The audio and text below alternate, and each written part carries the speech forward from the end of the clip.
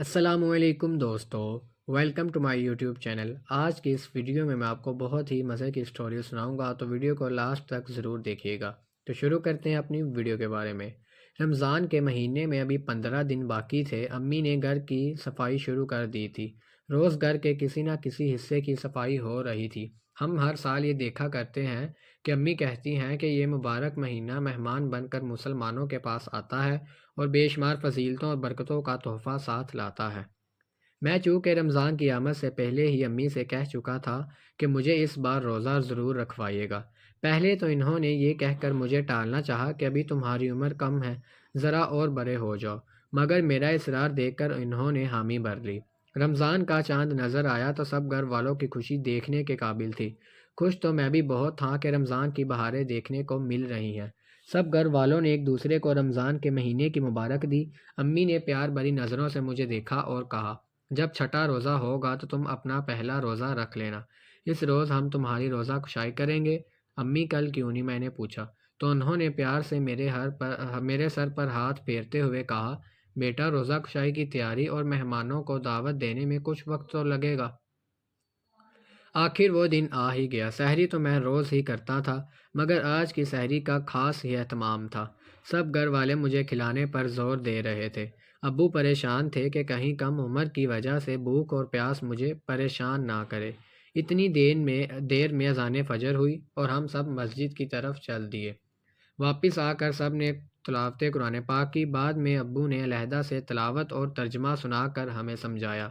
کچھ دیر بعد سب دوبارہ اپنی نیند پوری کرنے کے لیے لیٹ گئے۔ صبح ابو کے دفتر کی چھٹی تھی۔ میری آنکھ کھلی تو امی اور باجی گھر کے کاموں میں لگی ہوئی تھی۔ امی نے شفقت بھری نظروں سے مجھے دیکھتے ہوئے کہا کہ سو جاؤ، میں ظہر کے وقت تمہیں جگا دوں گی۔ مگر میری نیند تو پوری ہو چکی تھی، اس لیے میں پڑھائی میں مصروف ہو گیا اور بعد میں امی اور باجی کو دیکھنے لگا کہ وہ کس شوق سے مہمانوں کے لیے اہتمام کرنے میں مصروف تھیں۔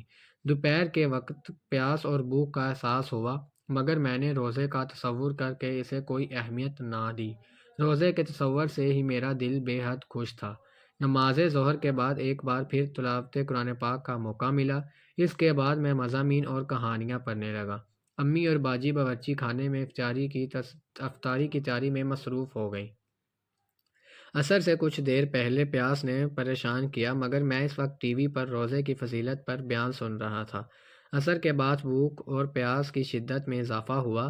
اس وقت امی باورچی خانے میں کام سے فارغ ہو چکی تھیں۔ انہوں نے مجھے بستر پر لٹا کر میرا سر اپنی گود میں رکھا اور میرے سر پر ہاتھ پھیرنے لگی۔ روزہ افطار کا وقت قریب آ رہا تھا۔ میرا دل خوش تھا۔ پہلا روزہ مکمل ہونے والا تھا۔ کچھ مہمان آ چکے تھے اور باقی مہمانوں کی آمد جاری تھی۔